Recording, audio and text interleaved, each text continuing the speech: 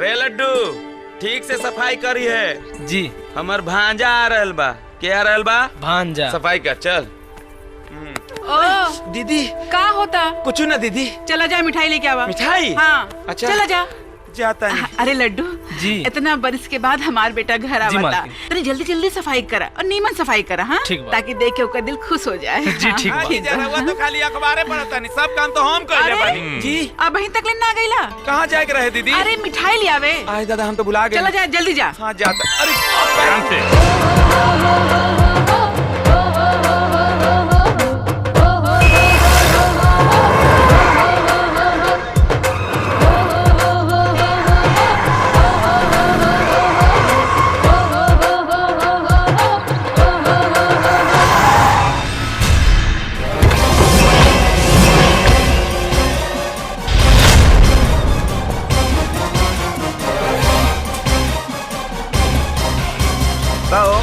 कौन फिल्म के शूटिंग चलता का? शूटिंग ना थोड़ा मौत का सेटिंग होता। रात गुजर से मरे की ख्वाहिश बा कि तलवार और गोली के बौछार से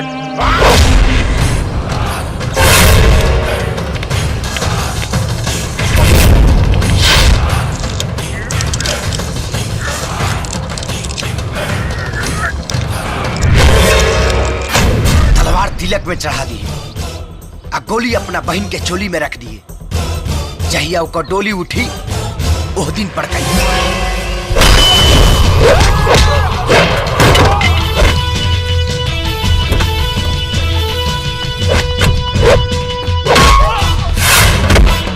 मार के साला की खड्डी पड़का दे सन।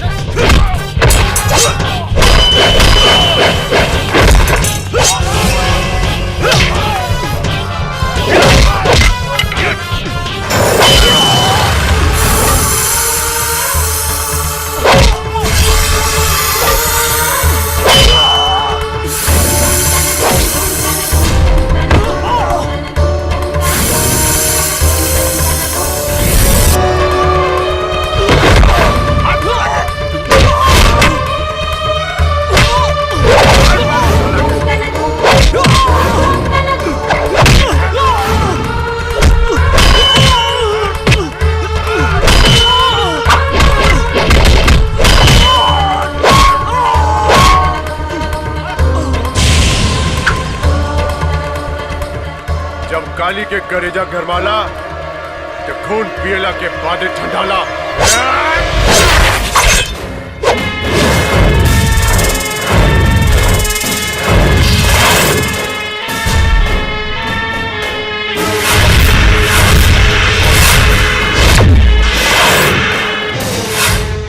अब ही समय है भाग जो, वरना तो हर करेजा के गर्माहट घबराहट में बदल जाई।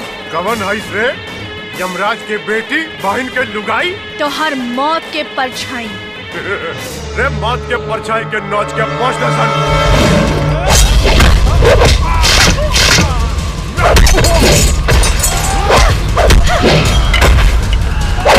साला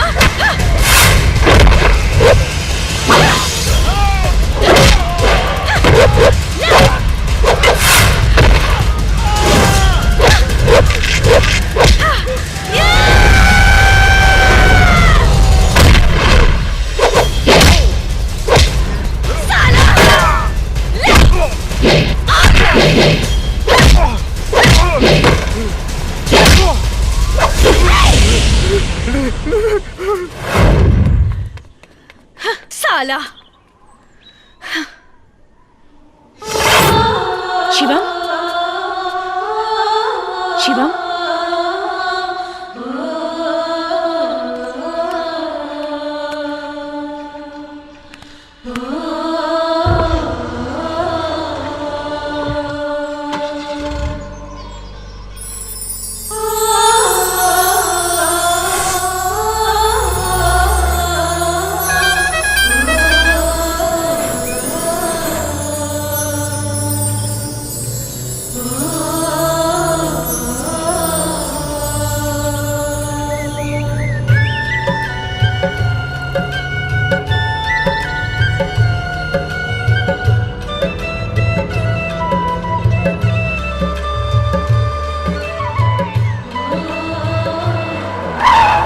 मालिक आ गए।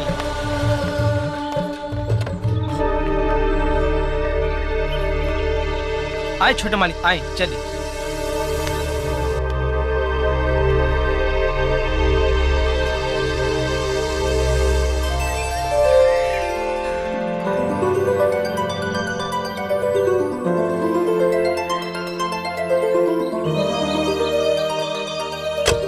चलिए मालिक चलिए।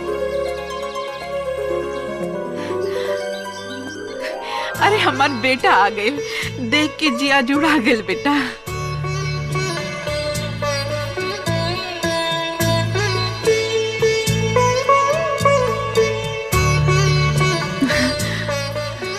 भोले बाबा रक्षा करिए। प्रणाम माई। खुश रहे बेटा। भाऊजी प्रणाम। जियत रे बेटा। मामा अमर भांजा।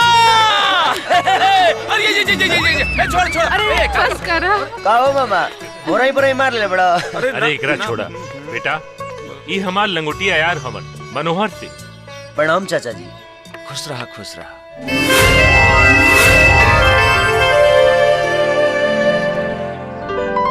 ये हमार भतीजी सोनिया। नमस्कार करें कि हाय हेलो, बहुत कंफ्यूजन बा। ढेर कंफ्यूजिया मत, गोड़ दे के घींच दो। चल भीतर चला बेटा। आओ चल चलो कुमार, तोहू ना सवेरे सवेरे शुरू हो भांजा आवे के खुशी में ना मार। ध्यान नहीं के कि हमार लड़का आए वाला अब तो हमरो तो भांजा। का बात बा, तू बड़ा परेशान लगा तारा। माई, रास्ता में हमारा पर गुंडा अटैक कर दिलन से। हम जख्मी होके बेहोश हो गए, लेकिन जब हम होश में नहीं हता अपने आप की हुआ पौनी। ओकरा बाद खुद के देखनी हता, ना कोनो जख्म के निशान, ना दर्द के एहसास। आखिर चमत्कार की सनमाई। बेटा ये सब शिवजी की महिमा बा, वो तोहरा पे कब्बो आँच ना आवे दी है। हम सब समझ गए, वो जरूर बारूद सिंह के पोतल कुकुर हुई सन। अरे वो कमीना बचपने से तोहरा पीछे पड़ल बा। लेकिन चाचा जी, बारूद सिंह तो अपने के साला हवन, फिर कैसन दुश्मनी? बेटी, शिवम के माई से पहले हमार बिया बारूद सिंह के बहन मीना से भइल रहे, लेकिन वो हमेशा बीमार रहस। और जब डॉक्टर ओकरा के एक दिन बतैलस कि वो कब्बो माई न बन पाई, तहे से ओकरा के बहुत सदमा पहुंचल और वो जहर खा के आत्महत्या कर लेलस। और बारूद सिंह समझलन कि बच्चा न होके की वजह से हम ओकरा के मुआ देनी। बस तबही से बारूद सिंह हमरे परिवार के दुश्मन बन गए और हम बचपने में शिवम के अपना से दूर कर देंगे। बाबूजी, हमार चिंता छोड़ दी, अब हम सियान हो गए बनी। हम ईंट के जवाब पत्थर से दे सकीला, ऐसे भी रहो सबके प्यार दुलार ला हम बहुत तरसल बनी। अब हम कहीं न जाए, यही जी रह के अपना कॉलेज के पढ़ाई करब, अपना माई बाबूजी की सेवा करब। लेकिन बेटा प्रताप, आदमी का सबसे बड़ा ताकत ओकर हिम्मत और हौसला होला, और बा शिवम बेटा में। शिवम बेटा, हम आज तो एडमिशन सोनिया कॉलेज में करवाए तानी, और दोनों साथी जइहन लोग पढ़े। थैंक यू चाचा जी। अरे शिवम, ये खूबसूरत रुद्राक्ष की माला खरीद ले बारा कि केहू गिफ्ट दे ले बा? अरे अब ई मत कही हा कि इहो चमत्कार से तोहरा गले में प्रकट हो गइल बा। साले कुकरौशी की औलाद, कुत्ता के ना मुर्गा और बकरा के मांस खियौली तोहनी लोगन के, ताकि दुश्मन के करेजा नोच सकसन। खुद ही नोचा के आ गई ले। ओहो एगो लड़की से। वो लड़की ना लड़ाकू विमान से भी डेंजर बिया। साली आंधी ऐसा आइल और तूफान जैसन हमनी के तबाह कर गई। साला बारूद सिंह की इज्जत के धुआं उड़ा देले सन। अरे आज तक के मर्द में इतना हिम्मत ना जागल कि हमनी पे अंगूरी उठा सके, तब फिर लौंडिया के का औकात बा। चहिया चपेटे में आ जाए ना, लपेट के खड़े खड़े ली ले हम। शिवम, लागता कानो डेंजरस रोमांटिक सपना देखत रहल हा। सोनिया तू? हम तो तोहके जगावेला आई नहीं हा। अब हमके का पता कि तू चुम्मुक नियन सट जाइबा। सॉरी सोनिया। अब सॉरी के शुक्रिया मत दा।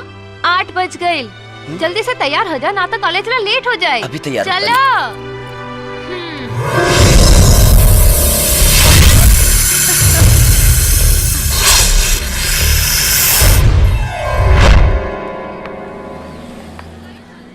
अरे लहंगा उठा के न चला, हाय कमर हिला के न चला।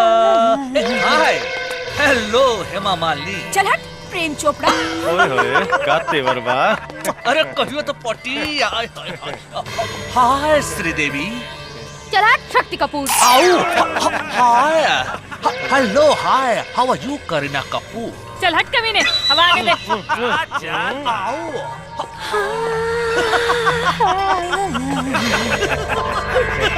I love you रानी। हाय हाय हाय। जिंदगी भर तू इडियट और डफरी रहबा। हमार नाम सरस्वती है और हमरा के सरस्वती ही कहिया, रानी नाम। अंडरस्टैंड? अरे देखो इनकर जवानी, और तू है बंधु हमर दिल का रानी। इतना मारेंगे बेटा, याद आ जाएगी तुम लोगों की नानी। नीचे से निकलेगा पानी और हो जाएगी खराब तुम लोगों की जिंदगानी। ए सर, हमने कदम मजाक करते रहने जानू। अच्छा? हम कौन? प्रोफेसर पेड़ा पाठक। लेकिन तुम लोग हमको एड़ा पाठक समझते हो। नो सर। यस, लेकिन हम हैं नहीं। Yes sir. Shut up your मुखारबिन। I hate मोहब्बत। Totally time waste मोहब्बत। ओके? एक बात याद रखना, अगर आज के बाद तुम लोगों के हाथ में ये गुलाब का फूल दिखा तो तुम लोगों को मैं देखने लायक नहीं छोड़ूंगा। ओके? बेटे। जी सर। तू एक क्लास में पिछले 5 साल से पढ़ रहा है। 5 साल में तो सरकार भी बदल जाती है बेटा। जी सर। इस बार तो पास हो जा बेटा। जी जी सर। बेटा, तोर बाल पक गए हो, तू बूढ़ा हो गया है रे। बूढ़ा होगा तुम्हारा बाप। हाय मर जावा। एक्सक्यूज मी, हम कोनो साहुन का झूला नहीं खी। रउआ तो हमार मोहब्बत के गुलगुला है। एक्सक्यूज मी, आई हेट मोहब्बत। सबसे बेस्ट मोहब्बत करके देखी, डर जाए, गधा के जन्म छूट जाए। एक minute, don't touch me mister Tiwari. Control. हमार गुलाब का फूल दो। हाथ डाल के निकाल ली। एक्सक्यूज मी, हमारा के नरक में हाथ डाले के कोनो शौक नहीं थे। हमरा तो लागा था हाँ। तोहर कलम में शाही नहीं खे। घंटी बज गई। तोहर दिल के? नो, क्लास के। Okay, don't waste time mister Tiwari. Class में जाओ और पढ़ाओ। ओके? जाओ। पेड़ा पाठक। बुलेट भैया, तू देखो। का टंच आइटम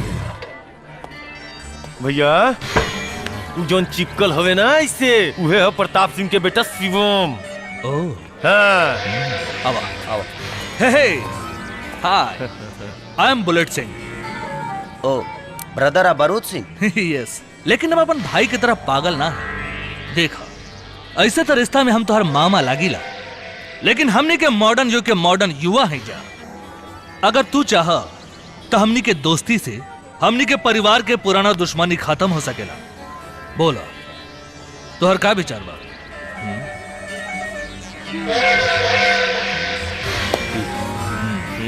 चला, पूरा चिरकुटे बुझाता।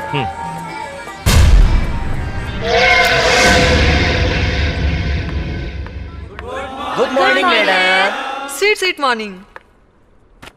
Seat down. Thank you. My dear छात्र और छात्राओं, आज हम आप लोगों को कुदरत का वो अनमोल धरोहर और प्रकृति की सबसे खूबसूरत चीज प्यार, इश्क और मोहब्बत के बारे में बताएंगे। दास्ताने मोहब्बत के पैगंबर जैसे हीर रांझा, शेर फरहाद, रोमियो जूलियट और लैला मजनू। ये कौन है मेरे लिए? प्रतापुआ के बेटा के मारे के सपना तू कितना साल से देखा था? बाकी वो मरे खातिर हमारा पास चले। तोरे कॉलेज में पढ़े लगा? अरे वो हमारे क्लास में ही पढ़ेला, लेकिन बेचारा बहुत भोला हो। ए बुड़बके, अरे वो भोला का लोला काहे ना काट ले। अरे चुप रहा मर्दे, वो कॉलेज हो कोनो कुरुक्षेत्र का मैदान ना हो। अरे हम ओकरा से दोस्ती कर ले बानी। हाँ। दुश्मन से दोस्ती? अरे अब तोरा के गोली मार दे। हम हूँ गोली मार दे शिवमुआ के बाकी ओकर मरे के समय आ तरीका हम डिसाइड करब। बस तू इतने जान लो तो ओकर राम नाम हो गई। अब ही सफर शुरू भइल बा चाचा, और रेड सिग्नल ना खाली ग्रीन सिग्नल मिल रहल बा। यूं समझ ल शिवम पूरी तरह हमरा मुट्ठी में। बेवकूफ लड़की, हम ओकर बिस्तर पर तोरा के देखल चाहते हैं, ओकर पत्नी बन के। तबे प्रताप के दौलत हमनी के हाथ लगी। चिंता मत करो चाचा,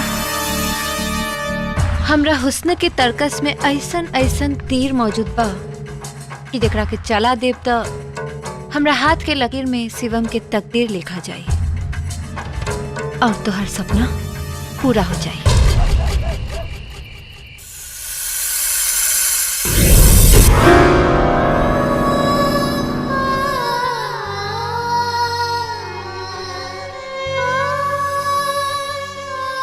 जिंदगी कितना मासूम बा, अगर तन्हाई की तिनका से तनी को खरोश लाग जाओ त जियल दुश्वार हो जाला।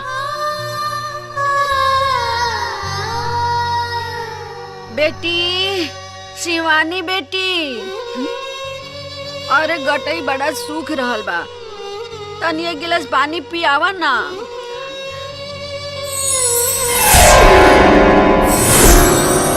मौसी उठ ले।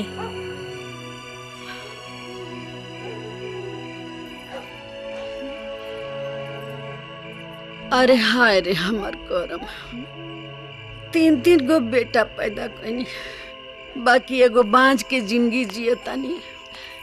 एको लइका हमरा बुढ़ापा के लाठी बने खातिर जिंदा नइखे।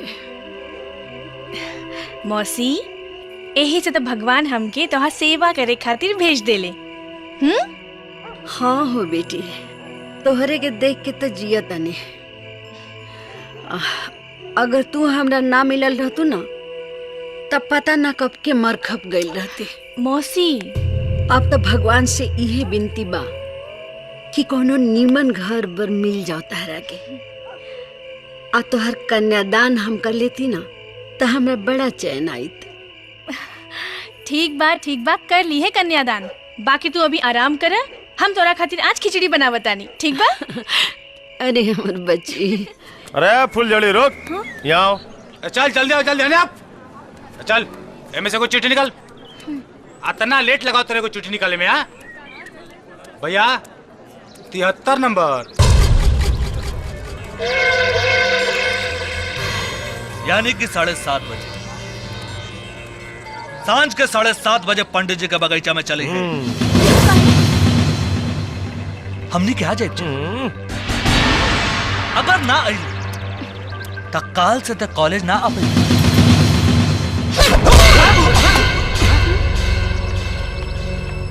ओह सॉरी जी। नमस्ते जी। अरे भैया तू अभी नया आयल बड़ा, देखा काली कॉलेज काहे ना आई है? कौन त्योहार बाका जी? हमार तिलक हो। मुबारक हो, बहुत अच्छा। लागत है घर के कहीं दिखले बनी। ए चिकनी चमेली, हाँ? चल एमे से को पर्ची निकाल। कौन लकीर रहा बाका जी? हाँ ना, हमार सुहाग रात के मुहूर्त हो। ओह चल निकाल निकाल जल्दी।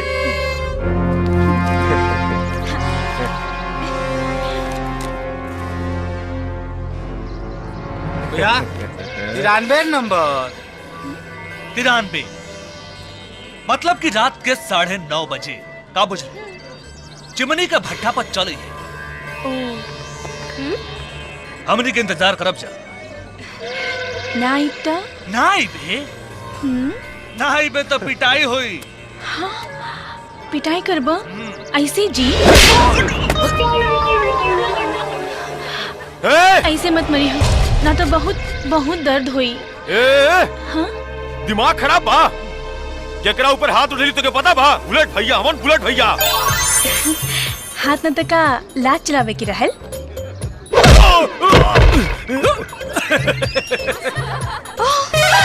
ऐसे मत मरिया जी, ना तो बहुत दर्द हुई। जी बोल के हमनी के घिउ के लड्डू लेखा फोड़ रहल बड़े। अरे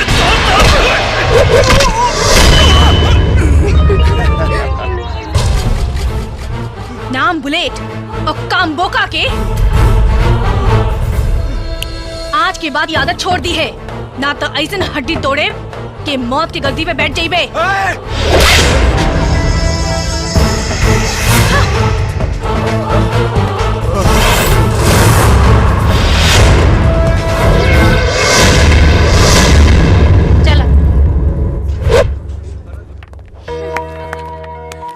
well done.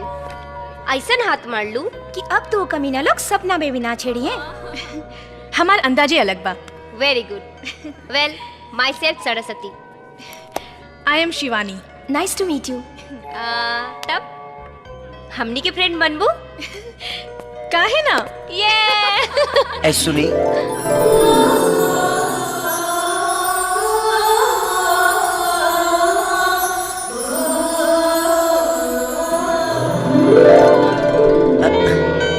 Yes, what's your problem? हम तरह के कहीं दिखले बनी।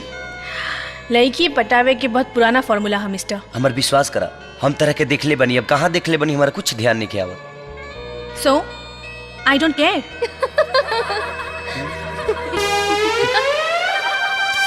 ऐसा ड्रेस पहन ले बड़ू, अंग्रेजी ना बोलबू तो तार सेक्सी सिंगार बिगड़ जाई। अरे कैसा ना ड्रेस पहिरे, तू काहे परेशान होत बारा? हाँ कहो तार मटी तैंकुरो सुलसर लगता, कपड़ा पर चढ़ गई बढ़िया, तू पूछिए धके लटक गई बड़ी। ता तू लटक जा। अरे मैडम, हम लटके वाला ना, पटके वाला मर्द है। अरे मैडम सुन लो सलाह तनी। हेलो सुना एक मिनट, हमरा याद आ गई, हम तोहरा के सपना में देख ले बनी। What? ये हमरो विश्वास नहीं होत कि जाना ले कि हम कबो हकीकत में नहीं मिलल, वो हमरा सपना में कैसे आ गई। तू माना चाहे मत माना, पिछला जन्म के कौनो ना कौनो तार हमार रिश्ता जरूर बा।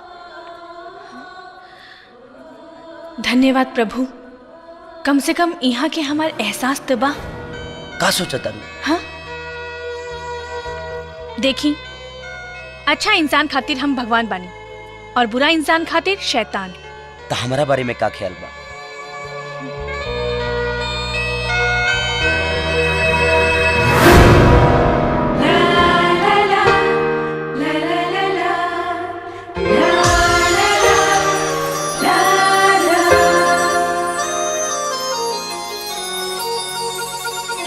लागल रह लोग, लागल रह। काश ऐसन दोस्ती हमार पेड़ा पाठक से हो जाइत तो लाइफ में मजा आ जाइत। ई पेड़ा पाठक के हैं मैडम जी? इनकर यार दिलदार प्रोफेसर पेड़ा पाठक। लव करेनी? लव ना, लव करेनी। शिवानी है जहाँ मोहब्बत की रवानी है वहाँ, मजबूत कर ली ही। कौन चीज? चे चीज न तो ढेर लोड पड़ी तो पेचिस हो जाई। You naughty. सोनिया, अव्वल दर्जा के खिलाड़ी लागत ये साले हमारे इज्जत पे वार कैलस और तुहार चाहत पे। बट डोंट वरी, हम तोरा साथे बना। एकरा के तो ऐसन सबक सिखाई कि ई आपन कॉलेज के रास्ता ना भुला गई तो हमरो नाम बुलेट सिंह ना।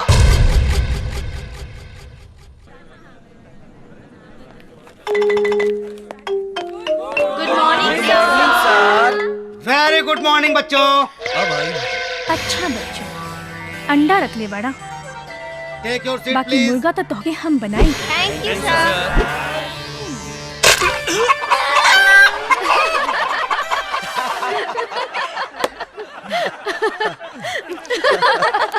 Shut up! कौन सी फटा? फटा नहीं सर, फूटा। अंडा। अंडा?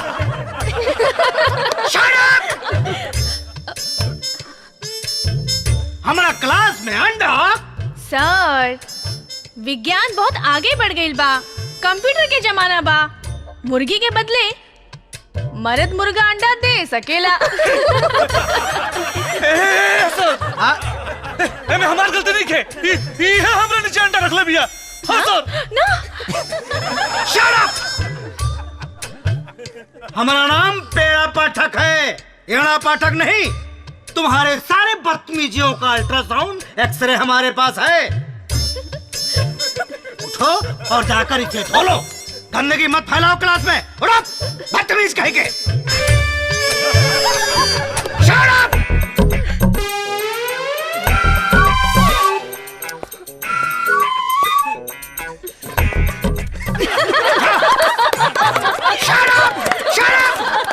डस्टरवा खींच के मारेंगे बढ़ाओ, बत्ती से झड़ जाएगा। बदतमीज कहीं के, हमारे क्लासरूम को इन लोगों ने मुर्गी खाना बना रखा है। तो बच्चों, मैं आज तुम लोगों को एक नया लेसन पढ़ाऊंगा जिसका नाम है जीवन की परिभाषा,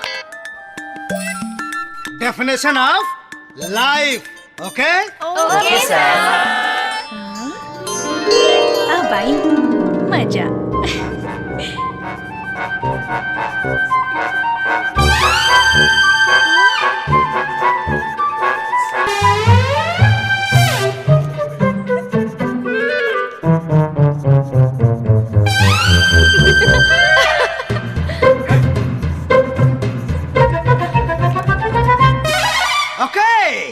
एक्सीलेंट सर।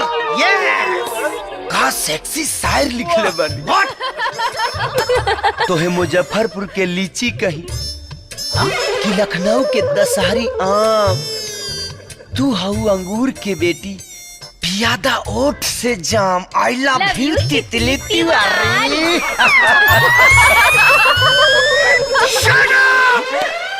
ये तितली तिवारी हमको तितर बना के छोड़ेगी। इस मिस टीटी को अगर उसकी सीटी बजाकर हमने कॉलेज से बाहर नहीं निकाला तो मेरा नाम पेड़ा पाठक नहीं। Miss TT! हाँ, अब देखल जाई कि पीपी सर के टेम्परेचर घटता के बढ़ता।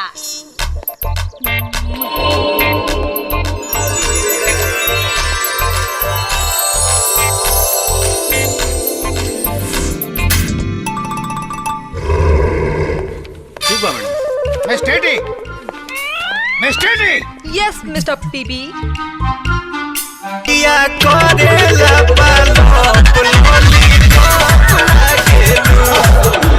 एग्जाम नजदीक आ रहा है बच्चों, काटूंगा गिरा के सालों। नया नया मैडम आइल बाड़ी स्कूल में, हमारा से पानी डालवा तारी फूल में। तका में न कोइला पर उखिया पन काड़ा करेली। तमाई रे हम ना जाइब पढ़े मैडम खड़ा करेली। तमाई रे हम ना। Good morning. Good morning madam. आ गई जम के दी। माय डियर स्टूडेंट्स, आरएसपी कॉलेज के क्लास कंपटीशन में हर साल की तरह इस साल भी गीत और संगीत के धमाकेदार मुकाबला होके वाला बा। प्लीज प्लीज प्लीज शांति शांति शांति। ध्यान दें, ये कंपटीशन सिर्फ दो ही स्टूडेंट के बीच होई। हमार नाम लिख ली मैडम। एह क्लास में केहू में इतना दम नहीं खे जे हमार मुकाबला कर सके। मैडम जी, हमार नाम दर्ज करी, मुकाबला हम करब। फाइट होई। Yes, very good. अब सवाल ये उठता, ये दोनों गोपियन के कृष्ण कन्हैया बन के ताता थे या के करी? हमारा छोड़कर दोसर के बजाइए मैडम।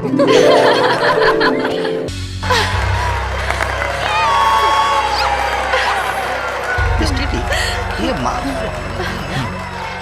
उठा लो सबसे।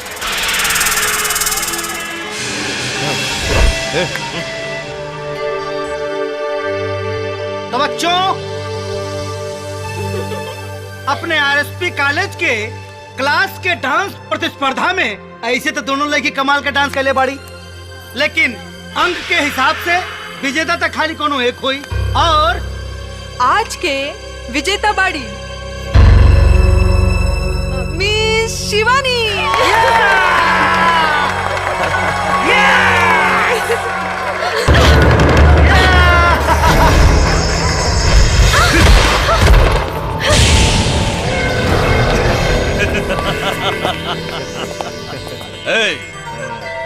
बंद करा सन दरवाजा। आज करोड़जा पुर्जा ढीला करत रे दरवाजा खुला रख, वरना तोहनी लोगन के भागे के मौका भी ना मिली। अच्छा अरे मौका के छोड़, आज तो ऐसा चौका लगाई कि शेरनी के बोली छोड़ के सियारी नियन फेंकरे लगबे। अरे एकर कपड़ा उतारत, एकर नथ उतारब हम।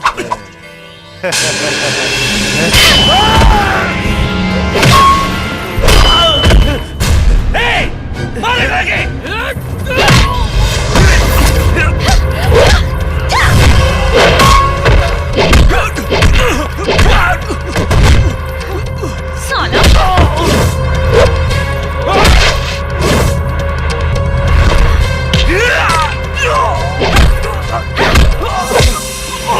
कपड़ा उतर मेरे। हाँ?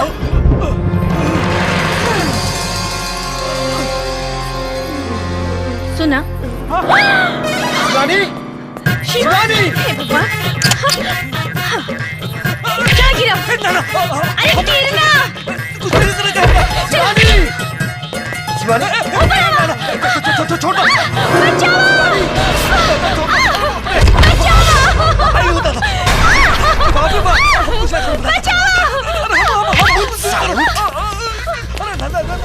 सारे बलात्कारी मामा, आज तोरा के पैजामा नियन धो अब पतलू नियन सुखाई। ते दोस्ती टका दुश्मनी के भी काबिल नहीं खी।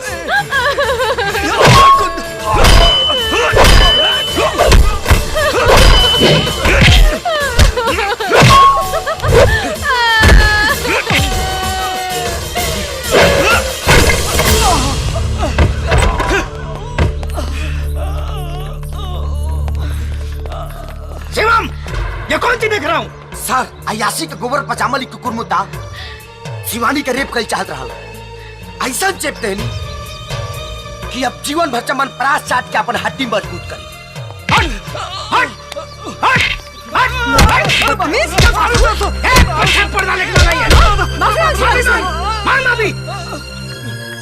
सॉरी। तू कौन नस्ल का कुत्ता है रे? कौन सा नस्ल का कुत्ता है तू? तेरा साल भर का पढ़ाई खराब ना हो और तेरा करियर नहीं खराब हो, इसके लिए तुझे एक बार माफ कर रहा हूँ। लेकिन याद रखना, अगर दोबारा इस तरह की कोई भी हरकत तुमने की तो कॉलेज से डिसमिस कर दूंगा। घर में बैठकर साले क्रिसमस खाओगे। Follow me. चला शिवानी, तोहरा के घर छोड़। शिवम, सोनिया, ये आज जौन कुछ भी हम करनी है ना, ये सिर्फ हम तोरा खातिर करनी है। हाँ, लेकिन इस साले बहुत मर्द मार भी है, बहुत मर्द मार भी आई। लेकिन तू चिंता मत करो, देखा अगर तू शिवम के पावल चाहता रहो ना, तो आज हम जे शिवानी के साथ करल चाहत रही ना, उतारा शिवम के साथ करे के होई। बोला तो कर सकेलू? बोला हम शिवम के पावेला कुछ भी कर सकेनी।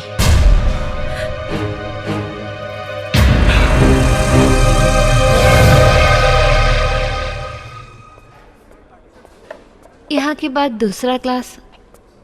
और कुछ मैडम जी? ना कुछ ना। तू भी ना।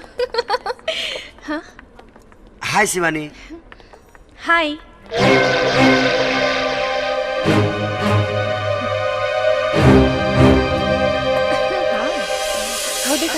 एक घंटू। हाँ मैडम जी। 4 प्लेट समोसा चटनी मार के। अभी अलावत नहीं। हो देखा अपन सती नहीं आगे, अभी से डेरा जमावले बिया।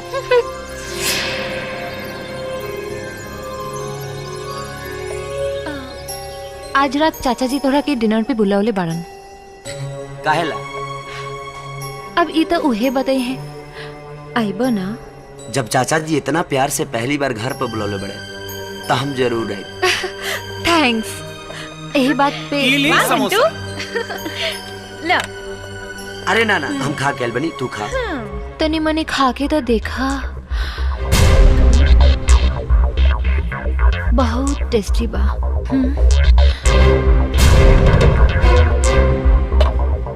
अरे तारा के तो जराबे की कोशिश करती है। जे दूसरा के जरावेला वो एक दिन खुदे जर जाला।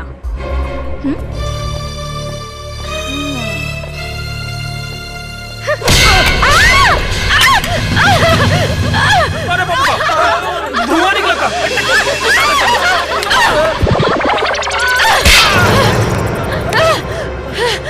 ये रास्कल! मैडम जी एक थप्पड़ और मार ली, लेकिन पहले ये बताएं कि हमारा हाथ के झटका के मारला था। बकवास बंद कर, ना तो लात मार दे। पूरा ड्रेस के सत्यानाश कर देलस। शिवम, हाँ? हम ड्रेस चेंज करे जाता हूं। जाके ना दो। बाप रे बाप, भागा हो, बम फूटे से बच गई। तो नकल करे के भी अक्ल चाहिए।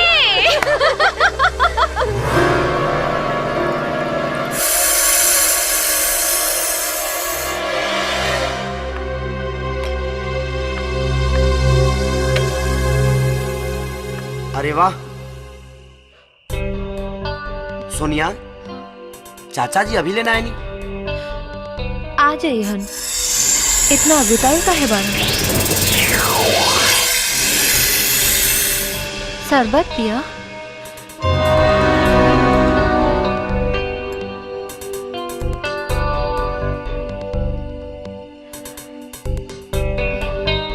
वाह, बहुत टेस्टी है।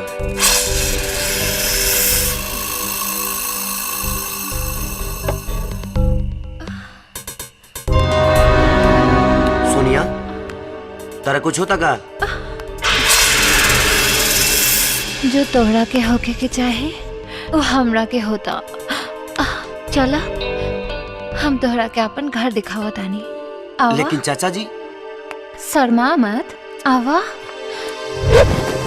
आवा। यह हमार बेडरूम, पास में गुदगर गद्दा और साथ में जवानी। रवा अकेले कहाँ बानी? सोनिया ही काबलो तारी।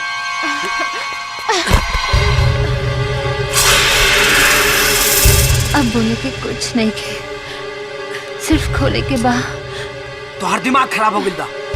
तो ठीक कर देना। सोनिया तू गलत करता रही। जौन शादी के बाद होके वाला बा, अगर वो पहले हो जाए तो हमें गलत का बा। फालतू बात मत करा। तोहरा के सिर्फ हम अपन दोस्त मानी ले और कुछ ना। एकर मतलब तू हमरा से प्यार ना करेला? बिल्कुल ना। लेकिन हम तोहरा से बहुत प्यार करेले और आज तोहरा के भी करे के पड़ी।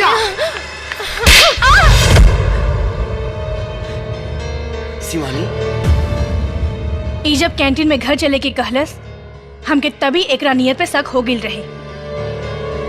चली।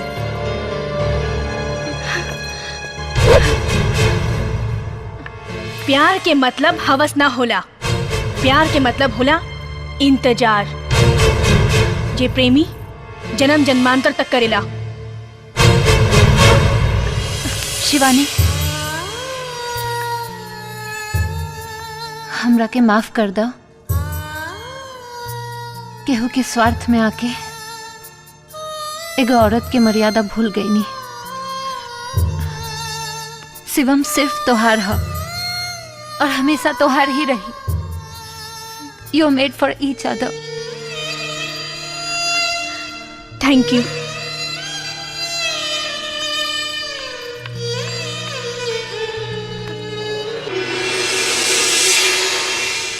तू के हो? शिवानी। झूठ बोला तारू। तो हर काम इंसान जैसा ना, देवी जैसन बा। तू जरूर कनो देवी हो।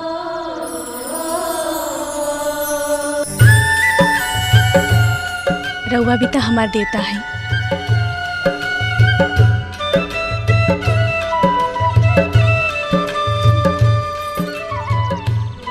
मतलब तू संस्कृत में प्रेम, उर्दू में इश्क, हिंदी में प्यार, अंग्रेजी में लव, अब भोजपुरी में जिया पिरवा साथी, मरब पिरवा साथी। अरे जिया हो हमर करेजा। हम चाय नहीं खे पियत। जानीला। हाँ प्रताप, हम बहुत दिन से एगो बात कहे चाहत नहीं। अरे भाई साहब, काहे सकुचाता नहीं, जे बोले के बाप बोल दी। भाभी जी, बिन माई बाप का बेटी ही है सोनिया। ओकरा के अपन औलाद से भी ज्यादा प्यार दुलार से पल्ले बानी, और हमार जौन कुछ बा सब ओकरे बा। सोनिया अब सियान हो गई बाड़ी। शिवम और सोनिया एक दूसरे के करीब आ गए बा लोग। यही से हम चाहते नहीं कि दोनों लोग का शादी कर देवल जाओ। देखा भाई, हमनी की एकरा में कोनो इतराज नहीं खे, लेकिन मंजूरी शिवम के राय जनला के बादे दे सकब। अरे वो तो सुनते हाँ कर दी हन। शिवम और सोनिया एक दूसरे के बहुत प्यार करेलन। अरे चाचा जी, आवा बेटा। सोनिया की तरह रहुओ भी बहुत बड़ गलतफहमी में बानी। हम सोनिया से ना शिवानी नाम के लड़की से प्यार करेंगे। हम शादी भी शिवानी से करब। हमरे बेटी की खुशी में हमनी का खुशी बा। देखा भाई, अब तो फैसला हो गई। अरे लेकिन चिंता का कोनो बात नहीं खे। रिश्तेदारी ना भइल तो का भइल, हमनी का दोस्ती हमेशा कायम रही। अरे हमरा के टेंडर ऑफिस जाए के बाद चला, रास्ता में तोरा के भी छोड़ दे। हाँ, आवा कुमार चला। हाँ चला। आवा तनी बेटा। शिवानी हैं? का मामा सवेरे सवेरे मार ले बड़ा का। अरे छोड़ा, तू सुबह सुबह पीछे पड़ जाला। अच्छा बेटा, ये बतावा कि ई शिवानी के बाड़ी माई। हमार बेटा। चलो कुमार, आवा। जी।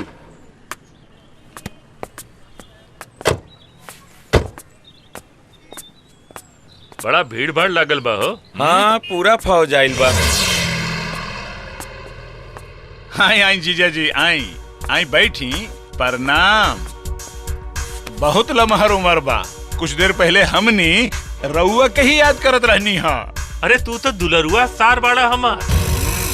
बहनोई के याद करत रबा ना तो हरियर रबा, पर कबो कबो भगवानों के भी याद कर लिहल कर, तोरो उमर लमहर हो जाई।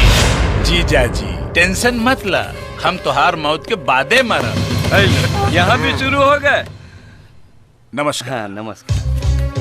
प्रताप सिंह, आइए यहाँ साइन कीजिए।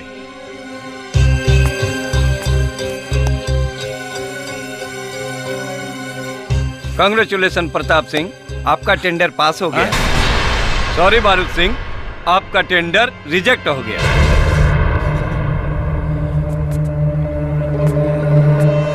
जैसन नियत वैसन बरकत। चलो कुमार। बधाई हो जीजा जी। हम तोरा के देख ले तोरा के। चला काली। हाँ देख लेना। टेंडर पास करावे खातिर इस फौज लोग के कौनो जरूरत नहीं खे। हम अकेले काफी बानी। बैठा बैठा। आई, आज तो पूरा बोतल पी जाए। काम नहीं के। साले के मुंह सुथनी नियन बन गई।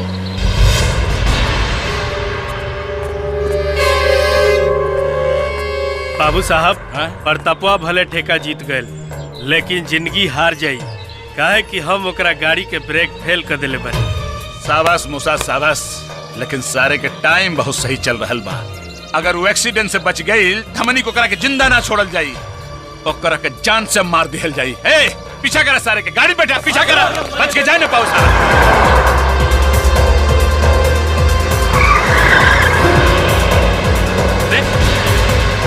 क्या करता रे? ब्रेक फेल हो गई। ब्रेक फेल हो गई। बाहर के साइड में हटाओ।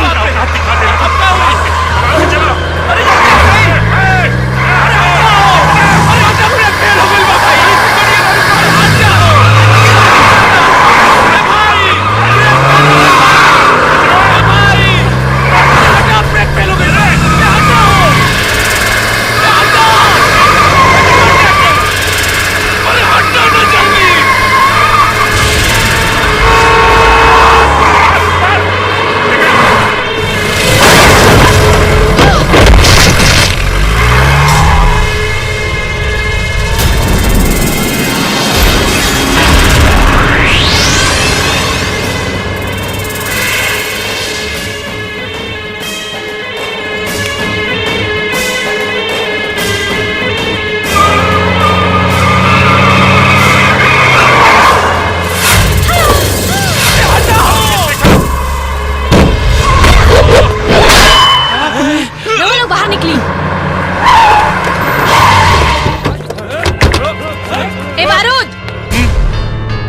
वापस लौट जो। ई हमार होखे वाला ससुर है। इनकर जान बचावे खातिर तो हर बलि चढ़ावे से भी पीछे ना हटब। जो भाई जी, ये वही लौंडिया बिया जॉनी के बिटवा के बचावले रहे। हमनी के मकई के बाल नियन टिटावले रहे। अरे तो मुंह का देखत बाड़ा, देखत का बड़ा सन, मार मार के मुआदा ससुरी के। आय करा लाश पर ही हम एकरा के जिंदा जलाई। मारा ससुरी के, मारा।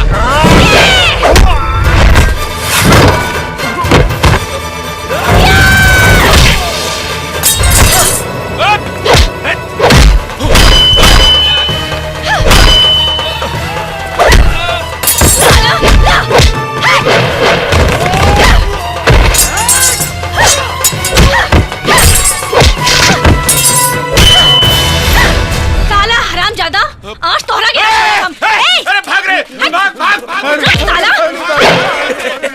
भाग गई ससुर। ईमान मारे। अरे जान बचाए के बाद में देख ले साले के। हम बहुत भाग्यशाली बनी बिटिया, जवन माँ दुर्गा के रूप में तुम्हार दर्शन हो गए। हाथ जोड़ के हमके पाप के भागी मत बनाई बाबूजी। राउर आशीर्वाद ही हमार शक्ति बा। हमके आशीर्वाद दी कि राउर बहू बन के मरते दम तक राउर सेवा करी। कहीं तू उहे शिवानी तो नानो बाड़ू जैसे हमार बेटा शिवम? जी हम उहे हैं। अपना बेटा के पसंद पर हमरा नाज बा। तू ही हमरा घर के बहू बनबू। शर्मा गईली। अरे ई का सुना तनी, तू जाता रू? हाँ। कहाँ? दिल्ली, अपन मामा के पास। इरादा बदल द। शिवमा से शादी तो हर हो के रही। ना चाचा, हम पढ़ल लिखल बानी, हमार सोच बहुत अलग बा और हमार सपना के राजकुमार भी केहू और बा। शिवम में हमार ना कोनो इंटरेस्ट रहे, ना बा और ना कबो होई। तो हर खुशीला हम जौन ना करे के रहे उहो कईनी, लेकिन अब ना। सोनिया, भले तू हार मान गई, लेकिन हम हार ना मान। तोहरा जौन करे के बा कर, हम जाता नहीं।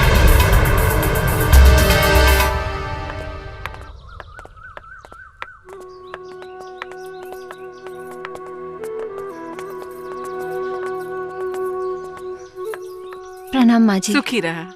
बाबूजी प्रणाम।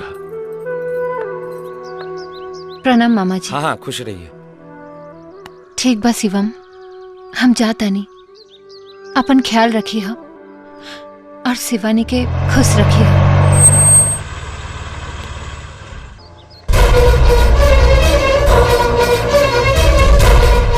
तुम लाख छुपाओ सीने में एहसास हमारी चाहत का,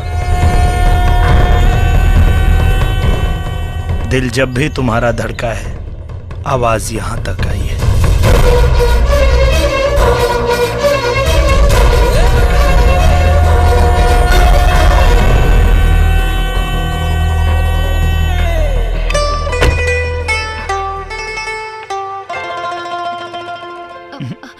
कुछ कहे की जरूरत नहीं है। किसी शायर ने खूब कहा है, कोई दीवाना कहता है कोई पागल समझता है, मगर धरती की बेचैनी तो बस बादल समझता है।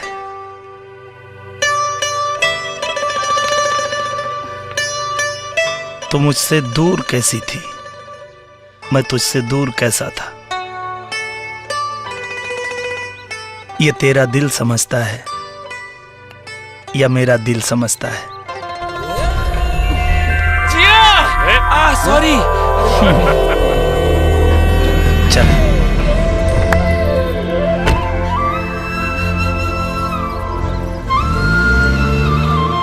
प्रणाम बारो सिंह जी, प्रणाम। अरे आवा चाचा आवा। अरे बैठा बैठा। का हो मनोहर, सुनली है तोहार लंगोटिया यार तोहरा इज्जत का लंगोटा फाड़ देले से। वही के चुस्त दुरुस्त करे खातिर तोरा से दोस्ती के हाथ मिला गया बानी। तोहार दुश्मन हमरो दुश्मन बन गइल बा। हमारा कुत्ता के आगे हड्डी फेंके के तनिको शौक नहीं खे, लेकिन सोचता नहीं तोहरा के एगो मौका दे दी। तब पता चली कि तोहरा दांत में मजबूती बा कि ना।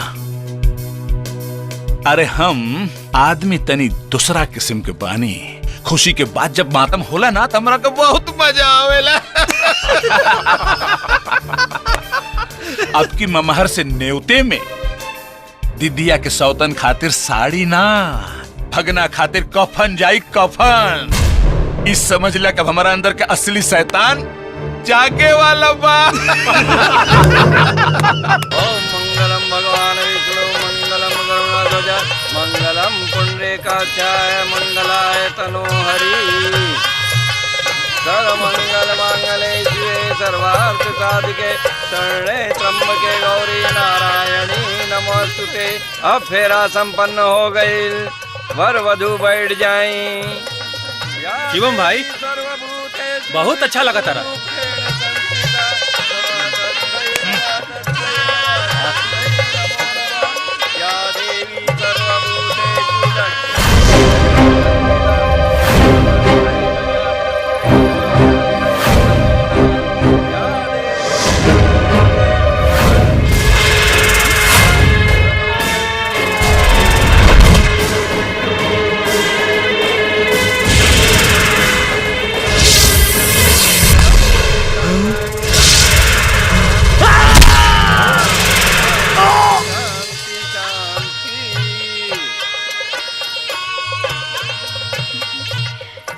कन्या के मांग में सिंदूर भरा।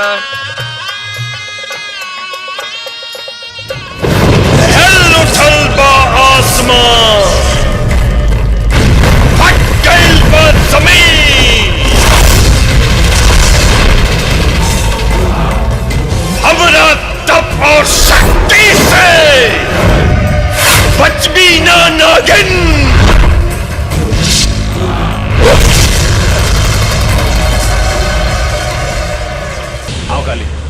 का मूसा भगिना के क्रियाक्रम और भोज के तैयारी करके आ गई ले। भोज के छोरी सिवानिया या हमरा आग का घर भोज कर देले बिया। केहू में जान बचा के आइल बनी। हरामखोर, अपन जान बचावे खातिर दुश्मन के जीवन दान दे देले। रौरा नमक के कसम, शिवमुआ के वही जा छाती छेद देती, लेकिन सिवनिया गोली के मुट्ठी में ऐसे पकड़ लेलस जैसा मच्छर पकड़ जाला, और वही गोली से हमरा पर ऐसा वार कैलक कि वही से हमारा आँख फूट गई। खूब कहानी बनौला सी। ई कहानी ना, ई सच्चाई है। सिवनिया कोनो साधारण औरत नहीं के, ओकरा के मारल हमरा बस के बात नहीं के बाबू। चुप ससुर डरपोक, चुप। भाई जी वो शुरू से शिवम्बा की रक्षा करा दिया। अगर ओकरा के मारे के बाद तो पहले सिवनिया के मारे का पड़ी। अरे काली मरी जरूर मरी, पहले ओकरा जड़ के पता करा, जड़ के।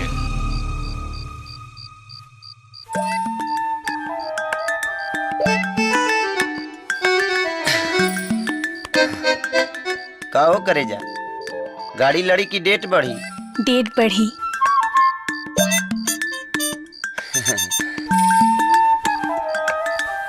हाँ? अरे अयो असली मल कहाँ बारे?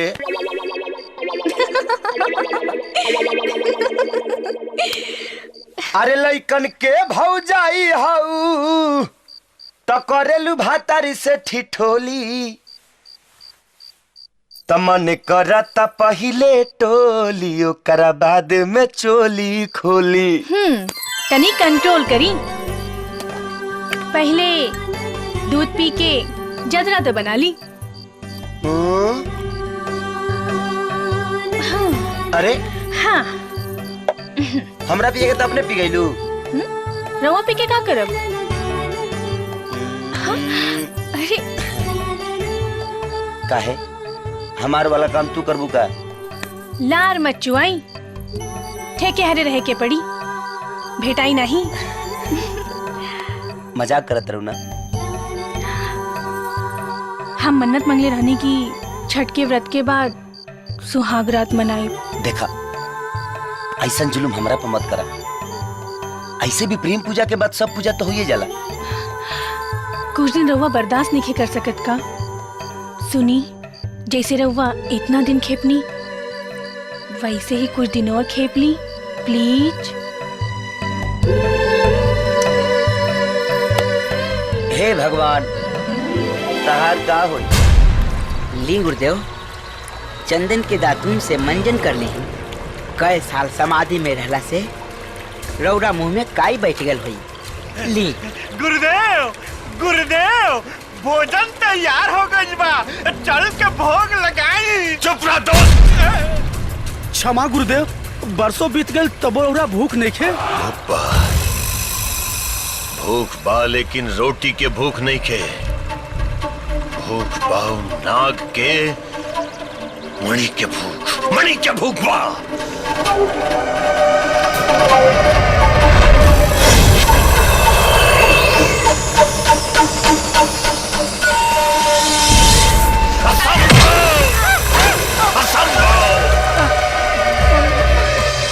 गुरुदेव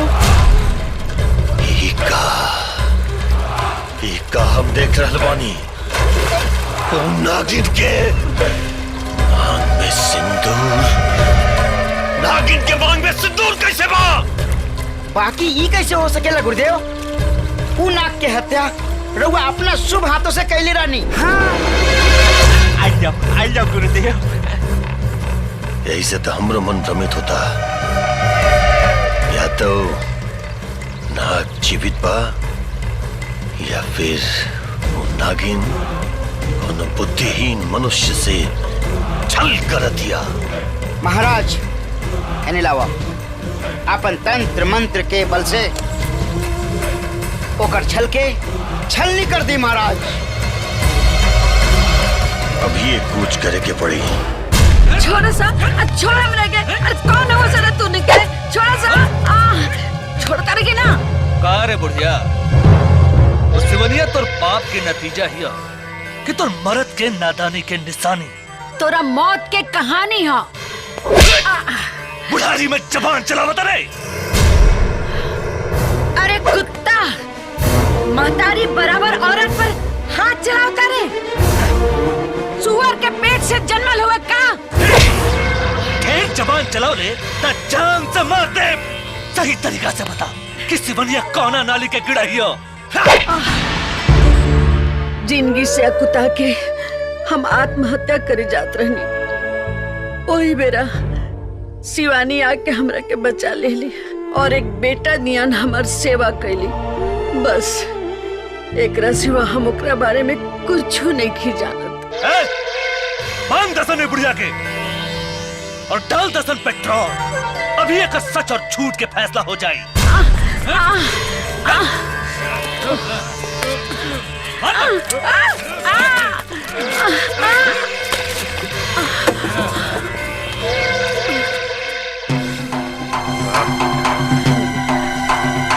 एती और तोर मौत के बीच में बहुत कम दूरी।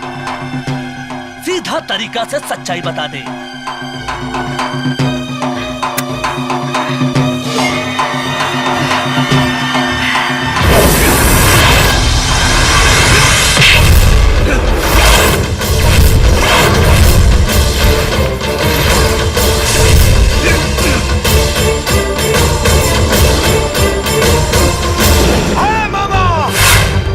सुधर जो, ना तो ऐसा मौत मारब कि लोग कंस और कृष्ण के किस्सा भूल जाए।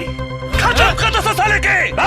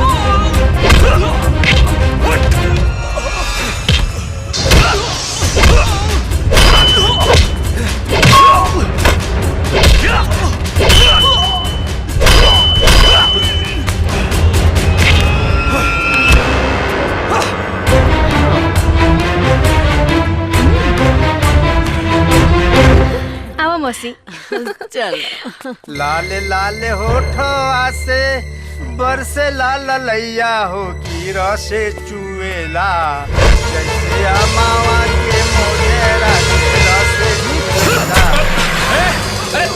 अरे काबिल है, काबिल। कंस मामा तेल का गाय के गोबर से मालिश कराइबे आ गधा के मुंह से नहाइबे तबो तोरा मुंह पपोताई करी खाना छूटी। मुंह से ना, हम तोरा खून से नहाए, खून से। तब तोरा के पता चली बारू सिंह से खिलवाड़ करे के अंजाम। हम तो जानत नहीं है कि ते खाली बहिरे बड़े लेकिन ते तानहरो बड़े। ऐसा अंजाम देखला के बाद भी अनजान बना तारे। बहुत घमंड बा, बहुत घमंड बा तोरा अपना ताकत पे, बहुत घमंड बा। घमंड ना भरोसा बा। अगर घमंड रहित ना तब तोर भाई जिंदा ना रही, अपने जहन्नुम में पहुंच गल रही। जहन्नुम में तो हम तोरा के पहुंचाइब हम। बहुत कलह अगर दोबारा ऐसा गलती करबे ना तो चीर के रख दे। ऐसा जगह से चीरब कि न सुलेसर से सटाई और न सुई से सियाई। समझा दे अपना कुत्तन के कि अगर हमारा घर परिवार पर दोबारा मुंह उठा के भौंके के भी कोशिश कला सना तब पूछब ना सीधे कलेजा में घोंप दे। अरे सुन, आज से ते अपन बारूद सिंह से नाम बदल के छुटछुड़िया सिंह रख ले।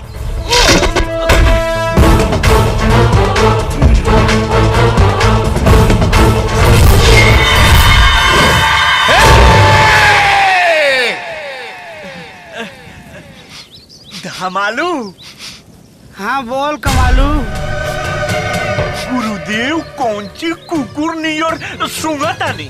कहा है कि गुरुदेव के नकिया में कीड़ी काटतिया। चुप बुड़बक, कीड़ी तो नीचे काटेला। कीड़िया निचवा से सरक के नकिया मांगल हुई। चुप मूर्ख। गुरुजी के नागिन के दुर्गंध आ रहा बा। अब उ नागिन हमनी से ढेर दूर नहीं खे। जब नगिनिया निरवे आ गइल बा तो चिंता कौना बात के। अब चलत चलत हमार पाँव फूल के पुआ हो गइल बा। अब गुरुदेव तनी विश्राम कर लेवल जा। विश्राम के नाम बाकी है। विश्राम के नाम लेवे तो तोनी के यहाँ पे सदा खातिर विश्राम करा दे। गुरुदेव क्षमा करी, पूछ कर जाए ना, कुछ ना, यही कहीं अपन डेरा डाले की पड़ी।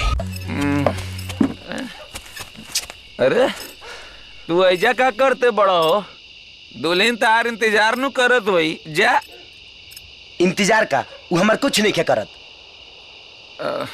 देखा भांजा, थपड़ी एक हाथ से ना बाजेला, दोनों हाथ से बाजेला ऐसे। ये तो मामा हम तरह के समझावल चाहतनी। मतलब ई बतावा कि तेरा दारू पिए के खूब ताव बेधले होखे आ तेरा सामने दारू के बोतल धइल होखे तो तू बतावा बर्दाश्त कर पाइबा? राती भर ना सटले उठाइबा, गटले गटक जाई। लेकिन हमरा बर्दाश्त करे के पड़त मामा। यही से हम बड़ा गम में बानी। अच्छा ही बतावा, हम सुनले बानी कि दारू पियला से गम चल जाला। हाँ ठीक सुन ले बड़े। हमार घर द्वार खेत खलियान सब चल गई, तार गम न जाई। खोल बोतल, मार मार। रुका रुका रुका रुका। तारा खोले के एक्सपीरियंस नहीं खे, हमरा के बा। तो खोला। अब खुली।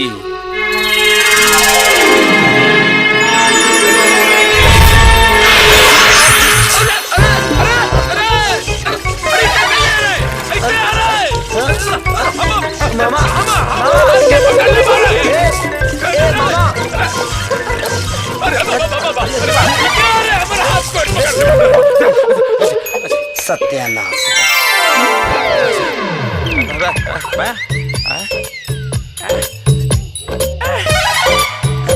मामा सब हमारा गम कर तू गमगीन करके छोड़ देला। बुरबक, हमारा भी दम निकल गई रही। अगला दिल बड़े सब अपन कम के चिंता लगता। सुना, अब तार एक्सपीरियंस एक्सपायर कर गइल बा। कौची कर गइल बा? कहीं तो हम ठीक कर दी। क्या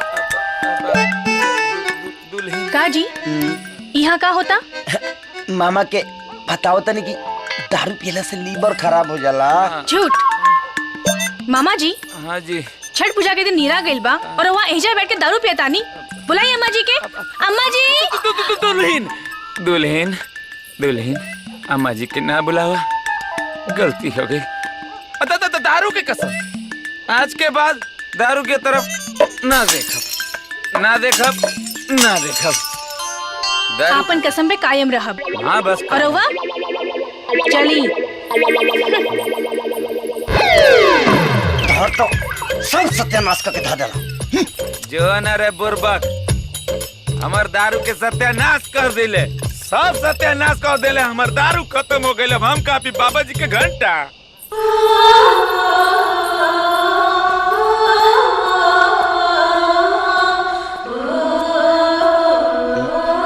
शराब पिए गए नीनू।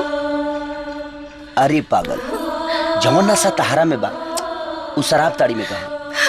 झूठ मत बोली, हम राउर अर्धांगिनी हैं, मतलब आधा अंग। राउर दिल की हर बात जानी ले। एक बात बताई, भगवान से क्या उम्मीद राखी ले? वो है कि भगवान जौन भी करी है हमारा खती अच्छा ही करी है। फिर जब रउआ गलत करब तो हमरा के निक कैसे लागी? और हमार भगवान तो रउवे नु है। अगर रउआ की लागत आ क्या अपन तन से दूर रख के हमरा और दिल दुखावत आनी तो ठीक बा, खुश होली।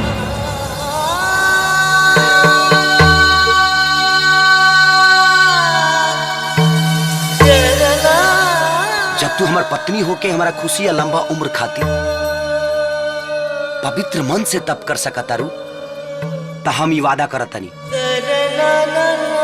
कि तहर पवित्रता कायम रखो।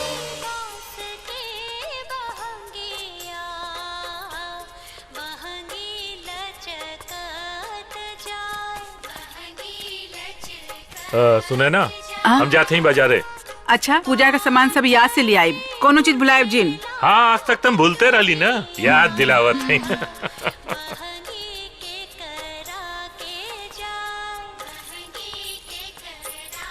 अम्मा जी।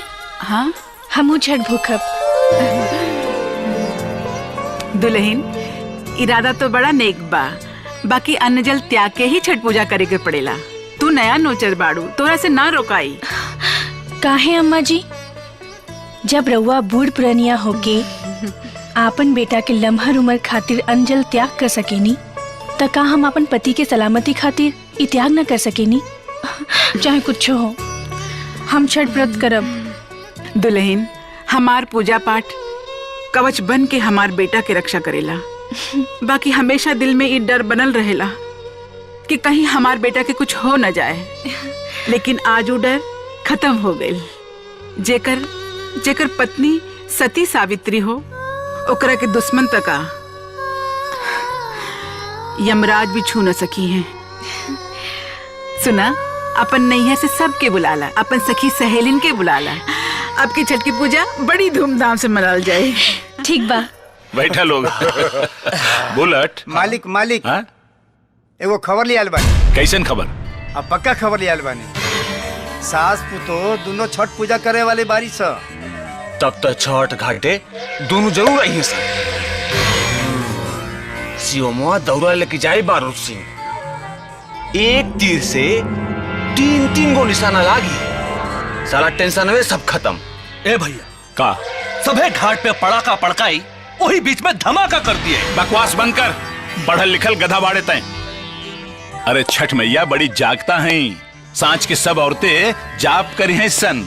अगर उन्हनी के पुण्य हमनी के पाप पे भारी पड़ गई ना, तो सब गुड़ गोबर हो जाई। सुना, सुबह कारक खत्म होते ही ओकनी के जीवन लीला खत्म हो जाए के चाहे, लेकिन वार शेर नियर ना, सियार के चालाकी नियन होके के चाहिए। हाँ, ए भाई तू एकदम निफिक्र रहो। ये काम तू हमरा पे छोड़ दो। एगो बटन दबाई और सारा खेल खत्म हो जाए। छठ भैया हमनी के मनोकामना जरूर पूरा करी है। जय हो छठ भैया, जय हो छठ भैया।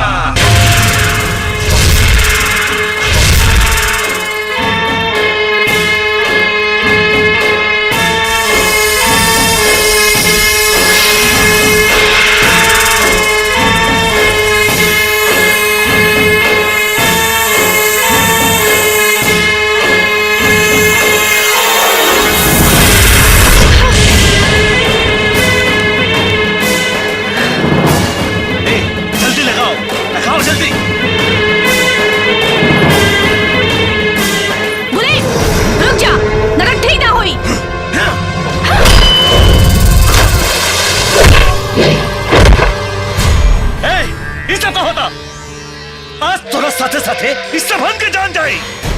खाली हमरा पर वार करते तब बर्दाश्त कर लेती, लेकिन छठ मैया के पावन स्थल पर भूखल प्यासल छठ भक्तिन लोगन के जान से मारे के मंसूबा बना के बहुत बड़ा पाप कैले बाड़े। आज तोरा के तौर जान गवावे के पड़े। हमार जिंदगी और मौत के फैसला करे वाली ते के हईस। अगर तोहर अंतिम इच्छा इहे बा तो हम जरूर पूरा करब। देख हम के हैं।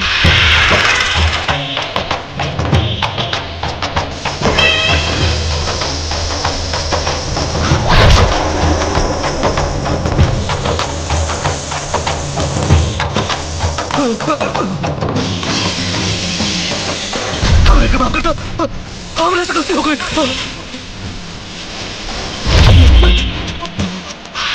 कहीं बे माफ कैले बानी, काहे कि प्यार करे वाला केहू के जान न लेला। यही से हम तोरा के मारे ना चाहत रहनी, लेकिन ते जिए के लायक नहीं खे। आज तो हर मौत तय बा। तुम्हारे ऐसी गलती ना हुई, माफ करता हमरा के।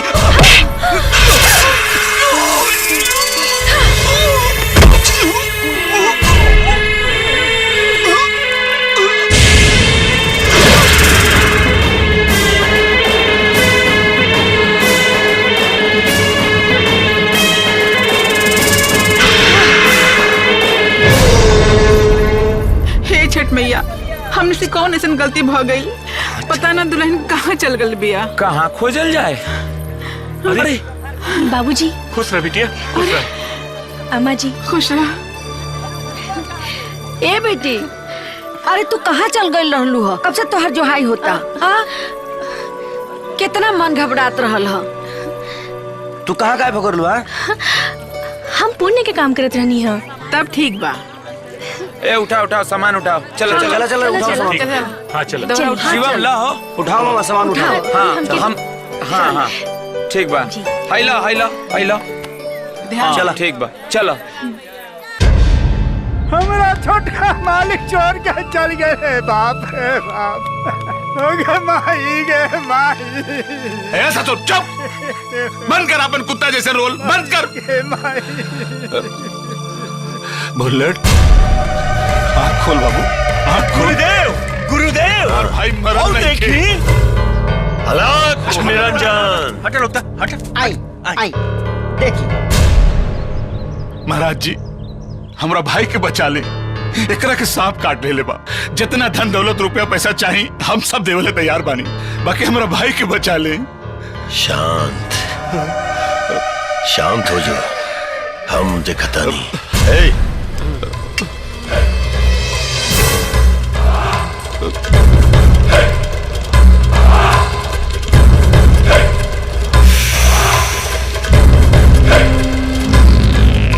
इच्छाधारी नागिन के काटल बा। एक दुश्मनी के क्रसबा।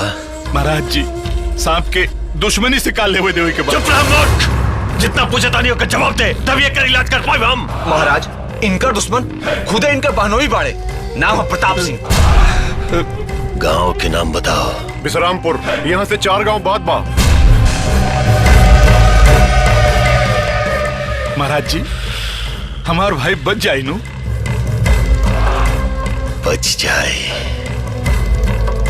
बच जाए लेकिन वक्त लागी जी। एक काम करो तू लोग। हाँ। एकरा केरा के पत्ता में लपेट करके हमरा डेरा पर लेकर के आवा। ठीक बा महाराज जी। हम बचाई वेकरा हम। हाँ लेके आओ तानी।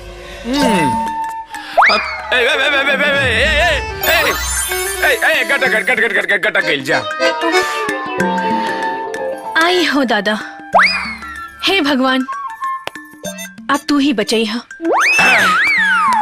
हो गइल सत्यानाश। पी गइला ना दारू। ए मामा कार चिंता मत करा, छठ बीत गइल बा। अरे हमरा खातिर छठ बीतल रहे, तोरा खातिर ना। आई दुल्हन के मालूम चल जाई तो हमरा दीदी या जीजा के सामने बुला के नचनिया जैसे नचई है। ए मामा हाँ तू ढकेल के सूता। आज गाय भी हम ही गाओ, नाचब भी हम ही नाच ले, आ बजाए भी हम ही। ए नचबे गए उ तो ठीक बा, बजेबे कौन चीज? चला खुदे देख लो। हाँ चल चल चल के देख। बैठा का भइल? भगना के रूम में जइबो। ना ना ना रे भगना ना। ना ना ना।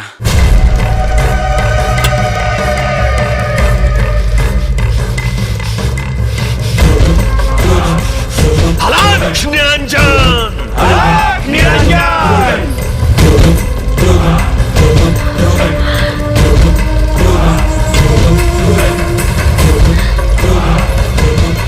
प्रणाम महाराज।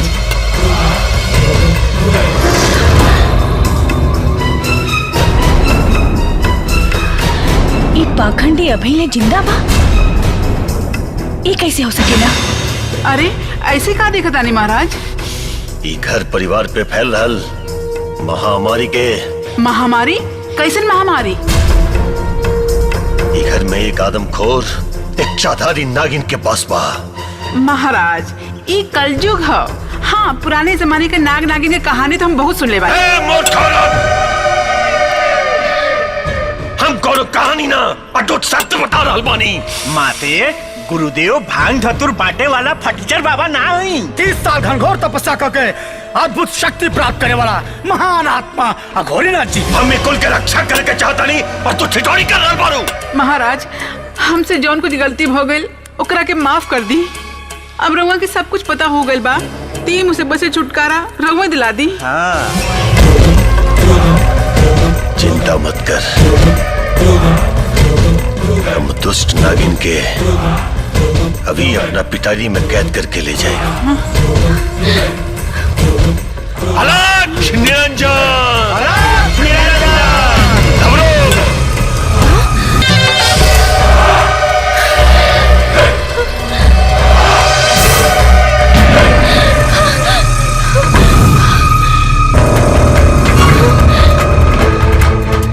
वह शरीर,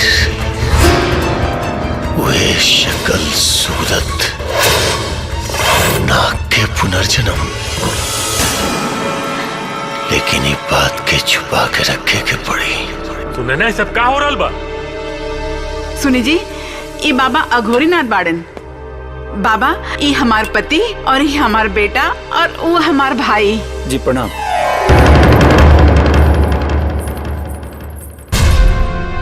और वो जौन औरत वहाँ खड़ा रहल, वो के बिया? वो हमार पतो बिया। सर्वनाश! सर्वनाश! अरे वो तो पुता हूँ ना, एक जहरीली नागिन बिया। कौन बकवास करता रे? जुबान के विश्राम दे मूर्ख। तू बाबा अघोरीनाथ के तपोबल के प्रकोप से अनजान बारे। सत्य सत्य सत्य बता बालक, वो औरत तेरा साथ कभी भोग विलास कैले बिया कि ना? चुप काहे हो गईले? तू चुप काहे हो गईले? वो ना करी, कब्बो ना करी। वो औरत तारा साथ कब्बो भोग विलास ना करी, क्या क्योंकि रोम रोम में जहर भरल बा। और हमार दिव्य शक्ति बता रहल बा कि वो औरत जब तू 25 साल के हो जीबे, अगला नाग पंचमी के दिन तो और मृत्यु करती। चल निकल यहाँ से। ओ बड़ा से तोर बात सुना तानी। तोरा खानी पाखंडी बाबा बहुत देख ले बानी। चल निकल। बिना विनाश काले विपरीत बुद्धि। अब हम ना तू सब हमरा पास ही बे माई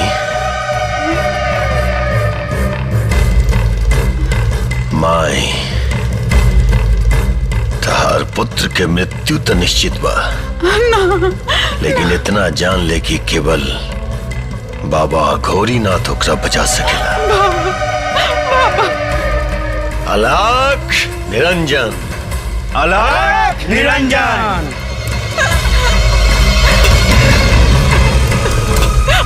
भाई दुनिया कहां से कहां चल गई, अब तू ये पखंडियन के फेरा में पड़ल बड़ू। शिवानी, शिवानी, हाँ? का बात बा, बड़ा टेंशन में बाड़ू? ऐसा लागता कि हम रउआ से बिछड़ जाए। अरे शिवानी, तू है चिरकुट बाबा सन के फेरा में पड़ल बाड़ू। कहीं अम्मा बाबूजी ओकरा पे विश्वास करके हमके घर से निकाल दिए तो? आगे कुछ मत बोलिए, तू नागिन तक अगर कुछ भी उकबू ना तो हमारा परवाह नहीं है, तोहरा के कहियो ना छोड़ब, अपना सीना से सटा के रखो।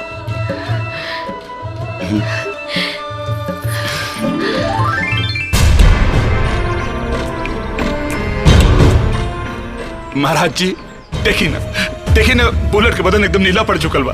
जल्दी से उपचार शुरू करी महाराज। तोहरा भाई के ठीक होवे में अब ही थोड़ा समय और लागी। प्रताप और ओकर पुत्र यदि हमार गुरुजी के राह में रोड़ा न बनल रहित तो आज तोहार भाई ठीक हो गए रहतन। महाराज हमार खोपड़ी मत खसकावा। प्रताप सिंह हमार दुश्मन है, हमार तो ना समझ मत बन। वो प्रताप के पतो इच्छाधारी नागिन बिया, और वह तोर भाई के डसले बिया। हाँ, सगरी माजरा समझ में आ गई भाई जी। शिवानी इच्छाधारी नागिन हिया, यही से ससुरी इतना ताकतवर बिया। ए काली, हम अपना भाई के बचावेला दुनिया के कोनो ताकत से लड़ सकीला। महाराज जी रहुआ अपन पूजा पाठ शुरू करी, हम अब ही जाके ओकरा छोटा पकड़ के घसीट के लिए आवतानी। अपन क्रोध के ज्वाला के शांत कर मूर्ख, शांत कर। तू ओकरा और ओकर परिवार के अगर जरा भी आघात पहुंचाइले ना, सर्वनाश कर दी। तू सबके सर्वनाश कर दी। वो इच्छाधारी नागिन के केवल लघोरी बाबा अपन वश में कर सकेले और करब, और वह तोर भाई के जिंदा करी। अरे वो तो पता हो ना, एक जहरीली नागिन बिया।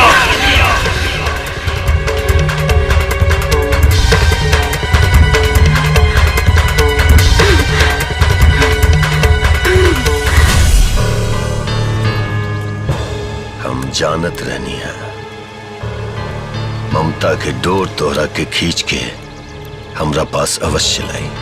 हमार ममता तोहार पाखंड के मोहताज नहीं थे डोंगी बाबा। ओ बहुरूपनी तोहार मति भ्रष्ट कर दे लिविया, जे तू एक माई से कसाई बन गई बाड़ो। हमारा पे जितना लांछन लगावे के हो ना लगा ला, हम सब बर्दाश्त कर ले, लेकिन हमार देवी जैसे बहू के कुछ कहला तो याद रखिया, हम ठाकुर का बेटी हैं, बोटी बोटी काट दे, ये है बतावे आ रही है। धमकी मत दे बाबा घोड़ीनाथ के। तू हमरा ताकत से अभी ले अनजान बाड़ी।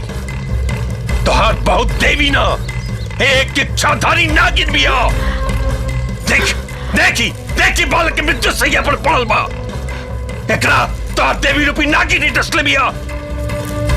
विश्वास नहीं के होत चले ले बाबू, जो जाके अपन बहू पे छिड़क। कुछ देर खाते तो हर बहू अपन असली रूप में आ जाए, नागिन के रूप में आ जाए। सोच मत मूर्ख औरत, सोच मत। काल नाग पंचमी बा, अगर आज हम तोहार बहू के कैद ना कहनी ना, तो काल तारा बेटा के हमका रे भगवानों नहीं के बचा सका। जाओ। थोड़े छरहर पातर मोट थोड़ी थोड़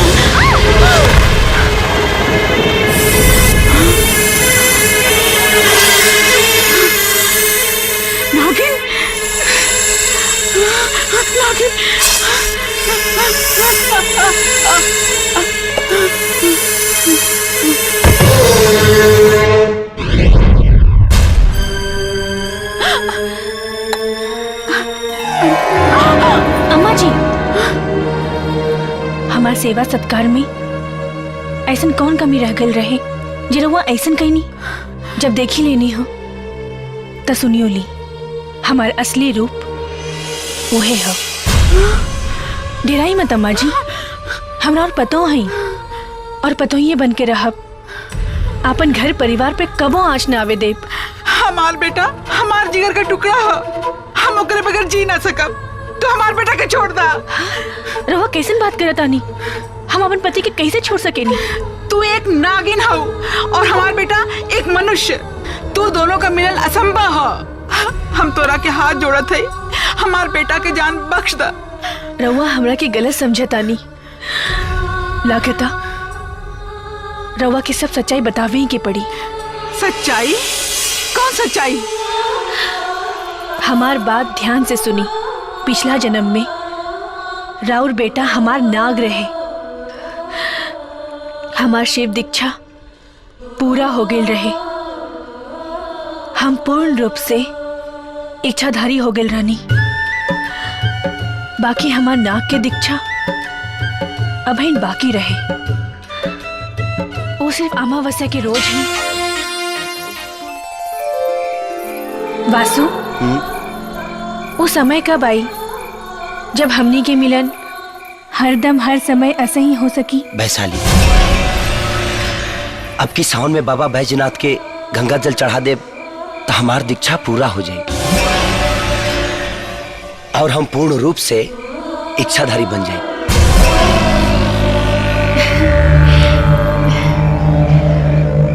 वासु, हमके वासु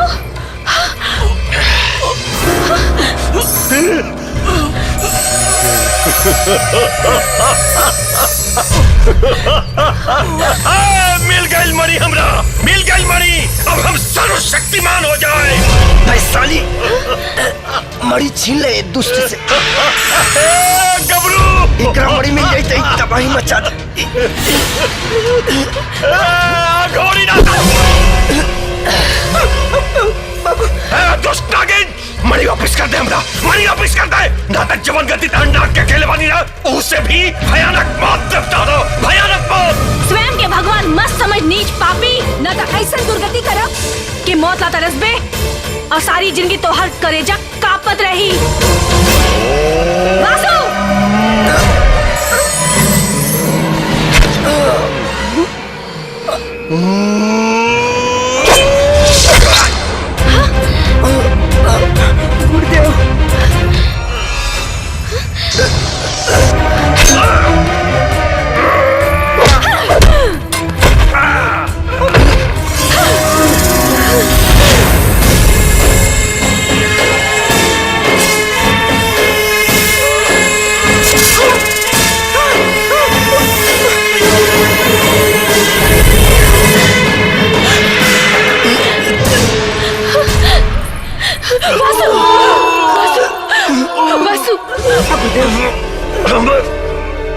दाह संस्कार मत करिए, हमरा समाधि में स्थापित कर दिए। पूर्ण शक्ति प्राप्त करके हम पुनर्जीवित होके आई। गुरुदेव, हमकी माफ कर दिया। जन्मों जन्म के मिले के वचन तोड़ के जाता नहीं। ऐसा मत बोली, हम अपन प्राण दे दे, बाकी रवा के कुछ ना होके दे। वैशाली, मौत से ही सिर्फ अधम शरीर नष्ट हुई। हमनी के प्रेम जन्मों जन्मांतर तक जीवित रही। वासु! वासु, अपन आँख खोलो। वासु! वासु!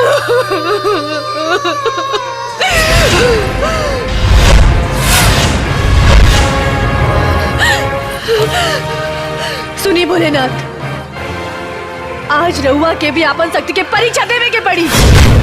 जब हमार जीवन साथी जीवित ना रही तो हम जी के का करब?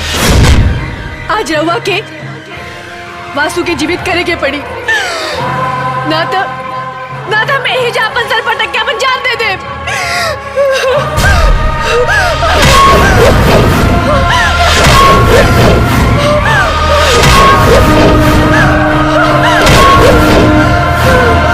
रुक जा वैशाली, तोहरा नाक के अकाल मृत्यु भइल बा, बाकी ओकर पुनर्जन्म हमार भक्तिन सुनना के गर्भ से एगो साधारण मनुष्य के रूप में हुई। ओके अपना पिछला जन्म के बारे में कुछ याद ना रही। बासु की रक्षा 25 साल तक करे के पड़ी, तब जाके नागपंचमी के दिन तोहनी के तन के मिलन हो सकी।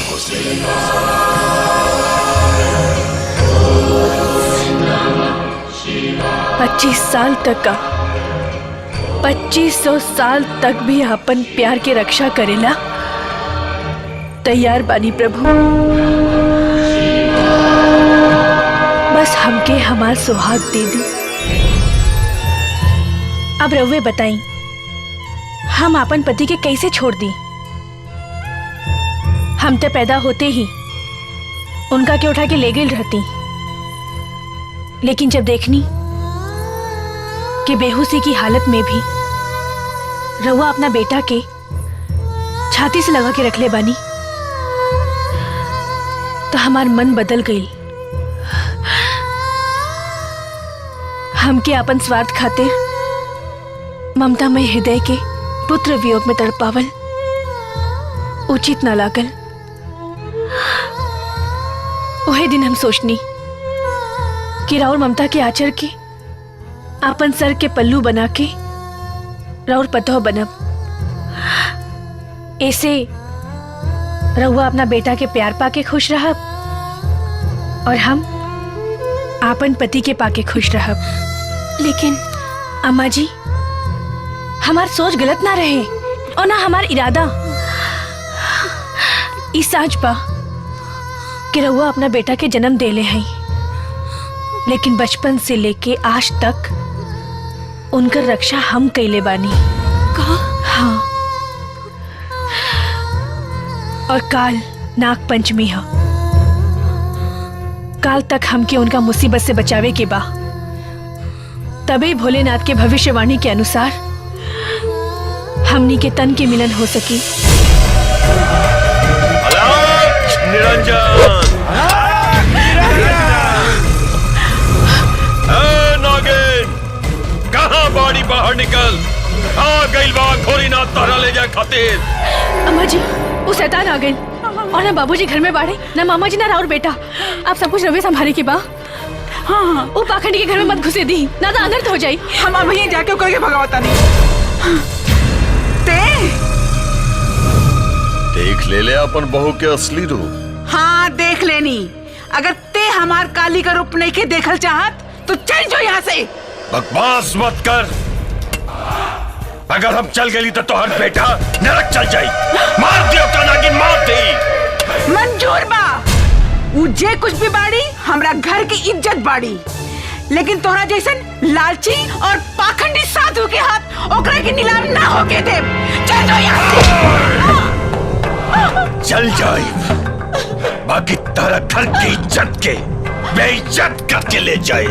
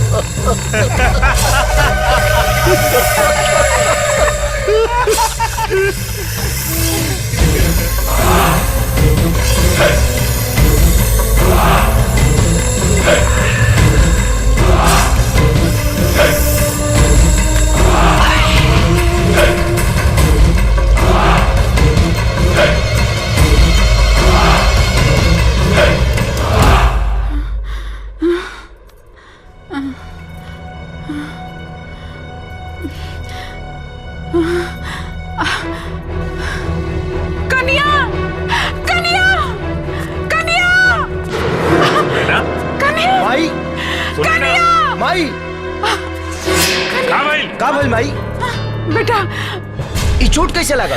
बेटा अघोरीनाथ कन्या के उठा ले गई। बेटा आज अपना खानदान के इज्जत का सवाल है। अपना हौसला का ताव तेज कैला बेटा। हमके हमार बहू लाके दे दा। तोरा दूध के क्रिया माई, खून के दरिया पर लाश के पुल बांध के तोरा बहू के सही सलामत लाई। मूर्ख नागिन, ई जंजीर हमरा तंत्र शक्ति के कवच से बंधल बा। जितना छटपटाइबे ना उतने ऐठात जेबे तू। बता दे उ नागमणि का पता बता दे। अघोरी, तोहर तन सिर्फ आदमी के बा, बाकी मन कुत्ता के बा।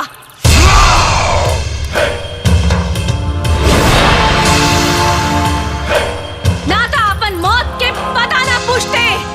ऐसे न मन मेरे नागिन।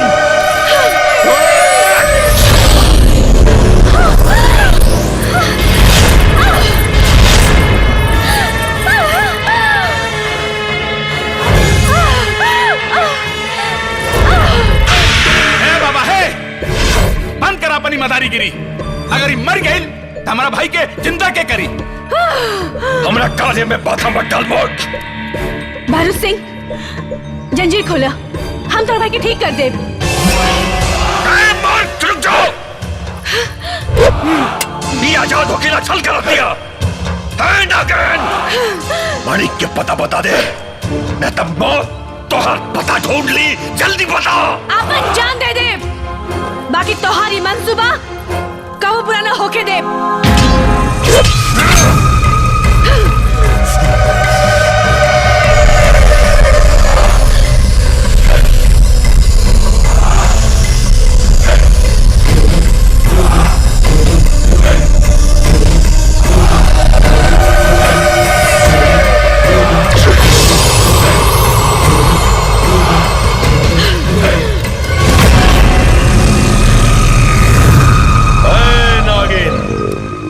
हमार संपूर्ण तांत्रिक शक्ति त्रिशूल में समाहित हो गई बा। अभी भी समय बा, बता दे मणि के पता बता दे। चाहे कुछ कर ले, बाकी मणि तो हर किस्मत में नहीं खिया अघोरीनाथ।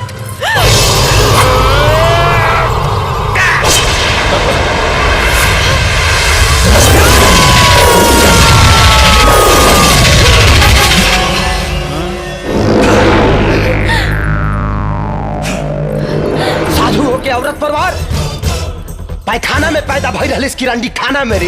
गलती कर दे ले तू। हमार जन्म पहुंच के आपन मरण तय कर दे ले तू।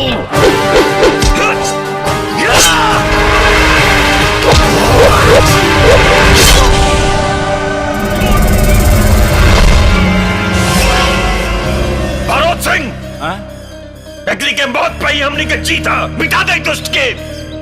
अरे मुंह का देखत बड़ा, मारा सारे के मारा।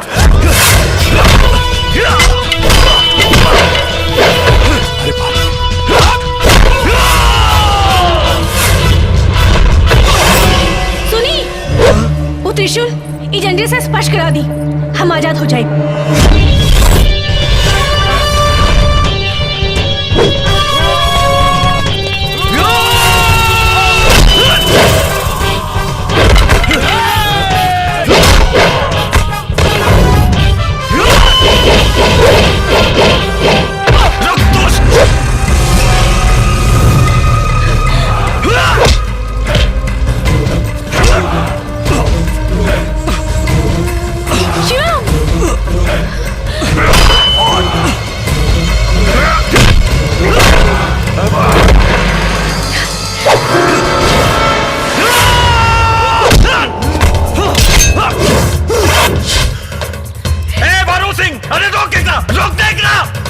अगर इन्हें गिनी आजाद हो गई ना तो क्या हो गया ना छोड़ी। घेर ला सारे के, घेर ला।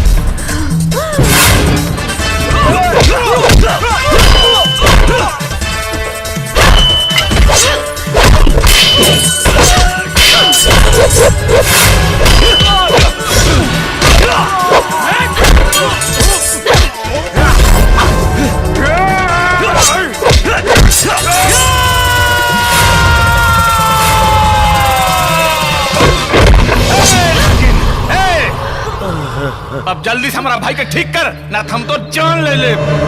साफ चपाट बाड़े ते मनी हासिल करे खातिर अघोरी तोहरा के हमरा खिलाफ इस्तेमाल कैले बा। बुलेट मर चुकल बा। ई ना हो सकेला। और मरल आदमी कबो जिंदा ना होला।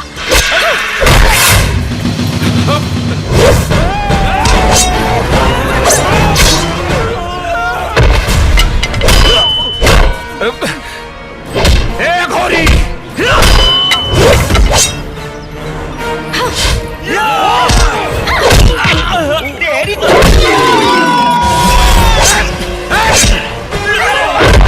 तू हमारा जज्बात से खिलवाड़ कैले, हम तोरा का जान से मार दे।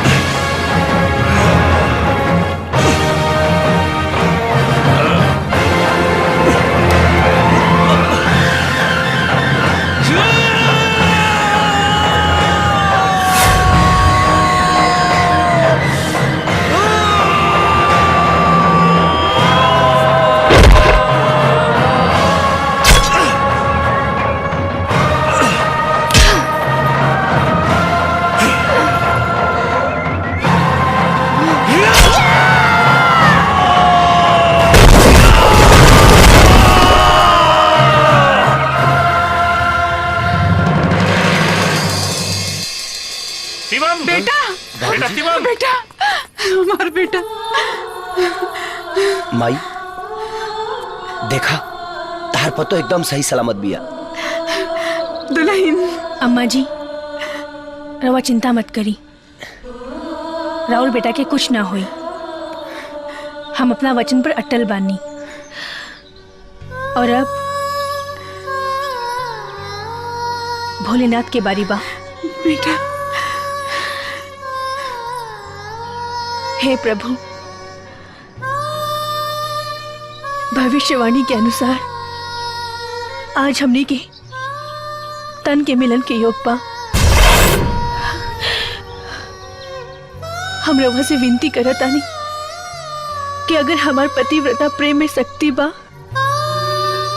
तो हमके नाग योनि से मुक्त कर दी।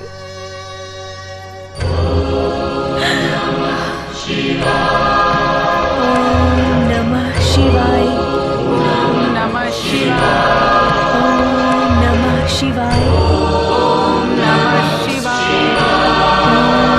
नमः शिवाय ओम नमः